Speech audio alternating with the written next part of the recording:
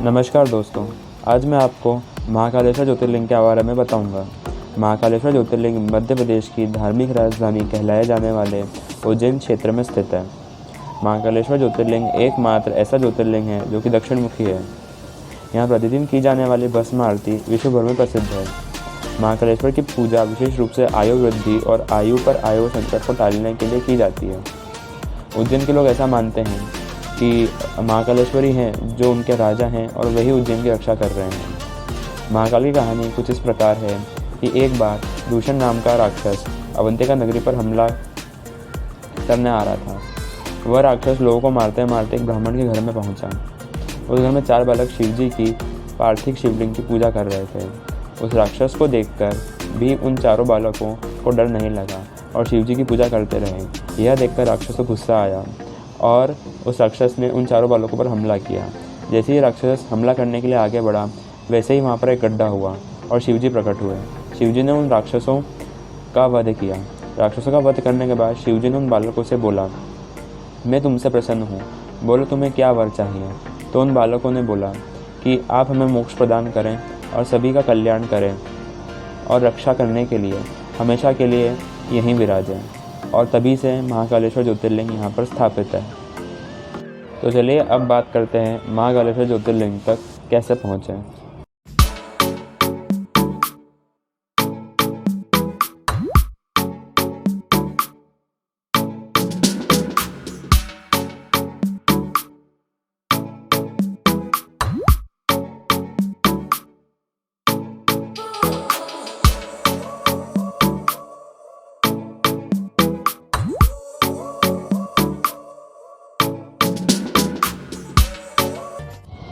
तो चलिए अब बात करते हैं महाकालेश्वर ज्योतिर्लिंग तक कैसे पहुँचें।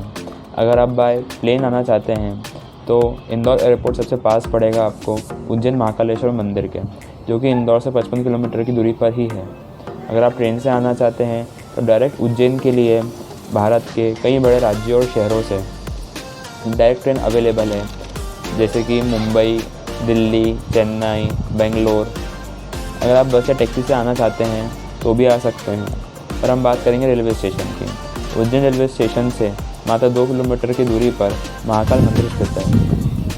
अगर आप ऑटो भी लेते हैं तो 20 से 25 रुपये लगेंगे, जो कि आपको स्टेशन से महाकालेश्वर मंदिर तक छोड़ देगा।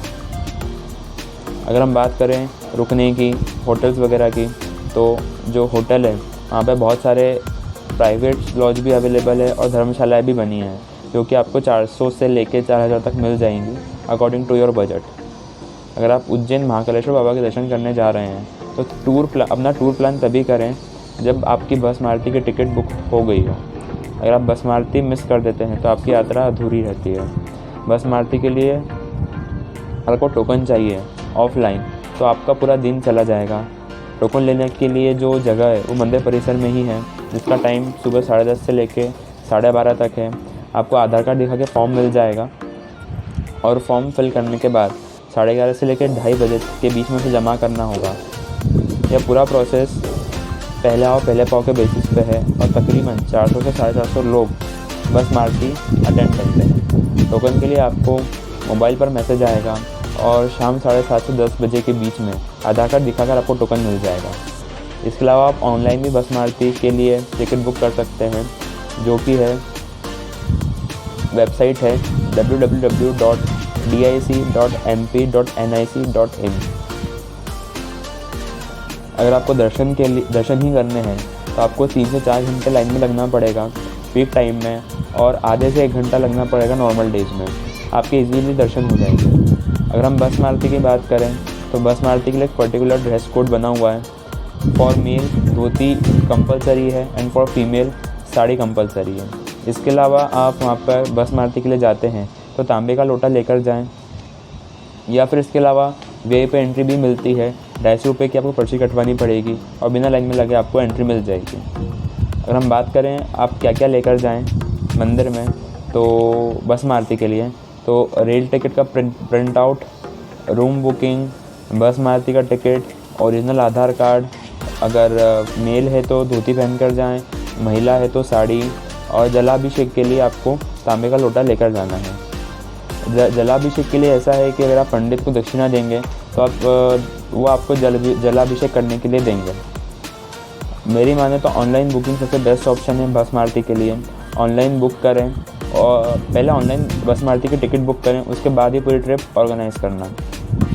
अगर आप ऑफलाइन भस्म आरती की टिकट बुक करवाते हैं तो कोई फ़ीस नहीं है। अगर आप ऑनलाइन बुक करवाते हैं तो आपको वो लोग चार्ज करेंगे 100 रुपीज़।